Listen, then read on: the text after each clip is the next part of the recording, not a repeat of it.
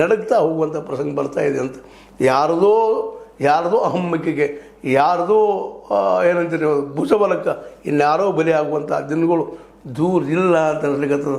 ಏನೋ ಆಗಲಿ ಆರಂಭ ಆಗಿದೆ, ಇದು ಆದಷ್ಟು ಬೇಗನೆ ಮುಗಿಲಿ ಅನ್ನೋದು ಎಲ್ಲರ ಬಯಕೆ. ಆದರೆ ಮುಗಿಸೋರು ಯಾರು? Who is that to stop this all the destroys of the Mankind? ಇದನ್ನು ಇವತ್ತು ಎಲ್ಲರೂ ಚಿಂತನೆ ಮಾಡುವಂಥ ವಿಷಯ ಆಗಿದೆ ಅಂತ ಹೇಳ್ತಾ, ಇದು ಅತ್ಯಂತ ಭೀಕರ ಯುದ್ಧ ಆಗದೇ ಇರಲಿ ಅನ್ನೋದಷ್ಟೇ ಬಯಕೆ.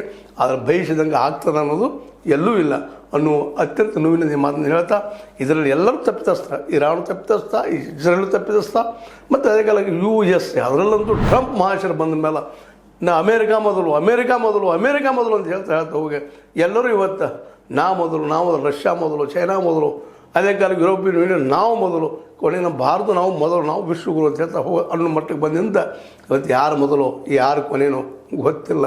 ಎಲ್ಲರೂ ಕೊನೆ ಆಗೋ ದಿನಗಳು ಬಂದುವ ಅನ್ನುವಂಥ ಭಯ ನಮಗೆಲ್ಲ ಅಂತ ಹೇಳ್ತಾ, ಇದು ಇವತ್ತಿನ ಬೆಳವಣಿಗೆ. ನೋಡೋಣ ಮತ್ತು ಮುಂದಿನಲ್ಲಿ ಏನೋ ಆಗ್ತದೆ ಅಂತ ಹೇಳ್ತಾ, ಇದು ನೀವು ಲೈಕ್ ಆಗಿರ್ಬೋದು, ಲೈಕ್ ಆದರೂ ನೀವು ಸ್ವೀಕಾರ ಮಾಡಬೇಕು, ಆಗದಿದ್ರೂ ನೀವು ಸ್ವೀಕಾರ ಮಾಡಬೇಕು.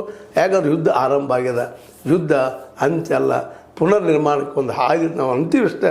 ಅದರ ಅನುಭವಿಸುವ ಯಾರಿಗೂ ಹೇಳ್ಕೊಡೋದು ಅಂತ ಹೇಳ್ತಾ, ಲೈಕ್ ಮಾಡಿ, ಶೇರ್ ಮಾಡಿ, ಕಮೆಂಟ್ ಮಾಡಿ, ಜೊತೆ ಸಬ್ಸ್ಕ್ರೈಬ್ ಮಾಡಿ. H16 ನ್ಯೂಸ್ ಅರ್ಥದ ಹೇಸಿದಾರರು ಸತ್ಯದ ಕೈಗಳಲ್ಲಿ ವಂದನೆಗಳು.